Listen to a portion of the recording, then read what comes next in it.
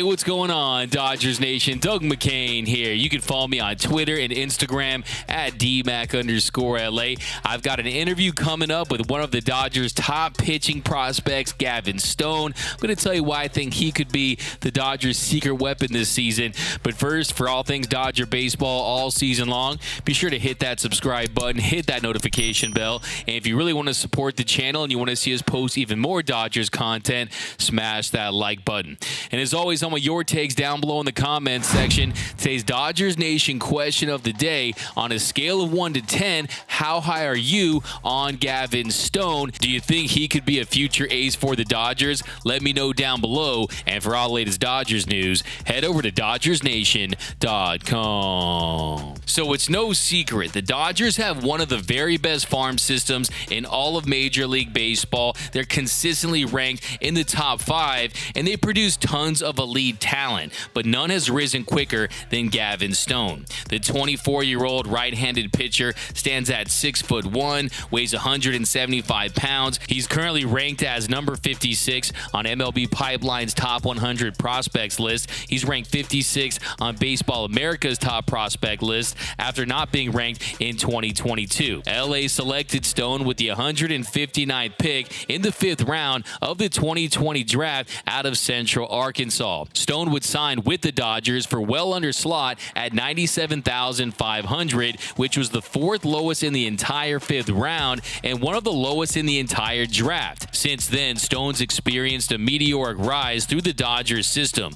Last year, he pitched at 3 levels, starting at high A and finishing the season in Triple-A. He ended the year having posted a 1.48 ERA with 168 strikeouts and 121 in 2/3 innings pitched. Good for a 33.8% strikeout rate.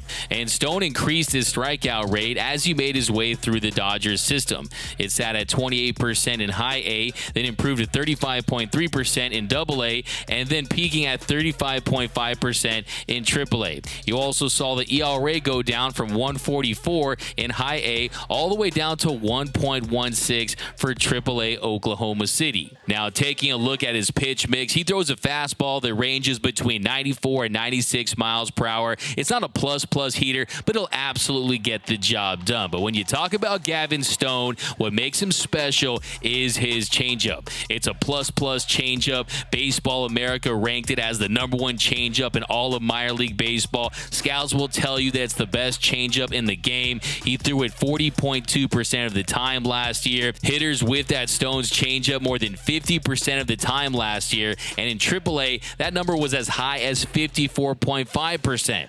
It's effective against lefties and righties, and he tunnels it extremely well off his fastball. It has more sink than the Titanic and more run than a marathon. And even when it's not generating swings and misses, he's still able to use it to induce soft contact and get ground ball outs. He also throws a slider that sits in the mid-80s, has that sharp downward bite, has nice depth to it, and it works well with his changeup because it breaks to the left as opposed to the changeup that breaks right. And he's also working on expanding his repertoire, and we talked about that in a little bit, so wait for that. Now, where can he improve? Well, as is the case with most young pitchers, you want to see him improve his command, especially on that fastball. If he throws that fastball for a strike, keeps it off the meat of the plate, it's going to continue to allow his changeup and his slider to be effective. You also want to see him be consistent with his delivery. He's talked about how important repeatability is for his delivery, so as long as he continues to refine that, he's going to be just fine. Now, when will the Dodgers have him up in the show? Well, he's not on the 40-man roster currently, but Dave Roberts has already said that we're going to see Gavin Stone at the big league level at some point this season. But I recently caught up with Gavin Stone from inside the Dodgers clubhouse, and here was our conversation. What up, Dodgers Nation? I'm here with Dodgers pitching prospect, Mr. Gavin Stone. Gavin, how's it going today, my man? Good, how are you? I'm doing great. So let's talk about this clubhouse, talk about this environment being here in spring training. How's your spring training going so far? Yeah, it's been a lot of fun. Like I was telling them earlier, you know, just watching and observing these guys like Beeler, Kershaw, Urias, all these older vets like Syndergaard. It's been fun, and, you know, just watching them and how they go about their business day in and day out. And, yeah, it just gives me a lot of hope and gives me a guideline for what I know I need to be. Like, you know, to have that long, successful career just like they did. Yeah, and just kind of talk about where you've been, where you were drafted, kind of like a under slot pick and this and that, where you are now and just the strides you made. I mean, can you believe all this happening so quickly? No, I can't. You know, being in Central Arkansas, literally only 3 years ago. Yeah, it's literally a dream come true. I didn't think that the draft would get knocked down to 5 rounds, and when it did, I wasn't putting myself in those 5 rounds. And so I'm incredibly thankful that the Dodgers, took a chance and took me for way under slot. But it was the best decision I made, honestly, just, picking this organization and, not knowing what the guys were like the staff and the pitching coordinators and stuff, not knowing what they're like. But now knowing what they're like, I'm really thankful I picked the right organization for sure. Yeah, absolutely. And do you in some ways think that, hey, had I been drafted higher by another organization, maybe I don't end up with a team like the Dodgers that has this pitching and coaching development? Did you think it is more like a silver line, like a blessing in disguise at the end of the day? Oh, yeah. I think about that all the time. I'm incredibly glad that God put me where I am in Dodger Blue, and hopefully I can stay that way a long time. Yeah, absolutely. Of course, we need to talk about the changeup. Okay, that changeup is ridiculous. It's nastier than a porta potty at a music festival or something like that. Just kind of break down that pitch and just how you learned it, kind of the grip and just how you use it. Yeah, so I never threw a changeup in college, and so when I got here, obviously, if I wanted to stay a starter, I would have needed something that went that way. And so I started throwing it, and then when I got here for my first spring training, one of the guys named Ryan Dinnick, the pitching coordinators, he kind of tinkered with it a little bit and showed me a new grip. And so I've been throwing it the same way ever since, and it's been good so far.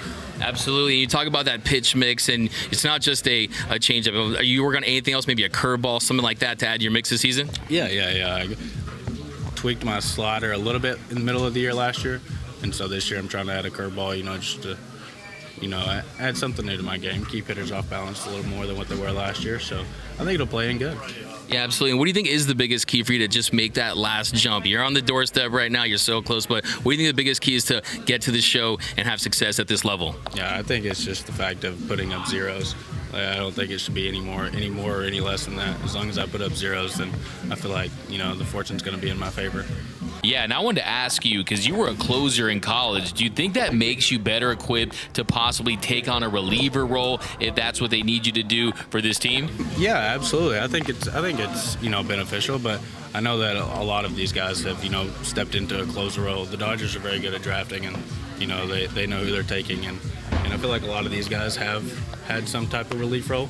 If it hasn't been a closer, I know Bob has, and so I think we're all souped and ready for any opportunity that they give us. Yeah, and I want to ask you too about some of the other guys in this clubhouse. I mean, you got all this young town, Bobby Mayo, the list goes on and on. You're also surrounded by legends. You got Clayton Kershaw. Is there anything specifically you picked up with working around some of these legends? Just their work ethic. I mean, you watch these guys on TV, and all you see is the game, but you don't see anything behind the scenes. So I think that's huge, just seeing these guys and how they go about their business. And it gives me a good guideline, like I said, for, what I need to be like.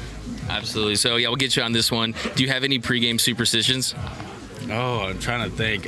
In college, I used to eat Airheads before every game, but they told me I had to cut that out. Cut out the Airheads? Yeah, so I don't think I have any. But. So do you have a nickname, too? I didn't know that. Do you have a nickname?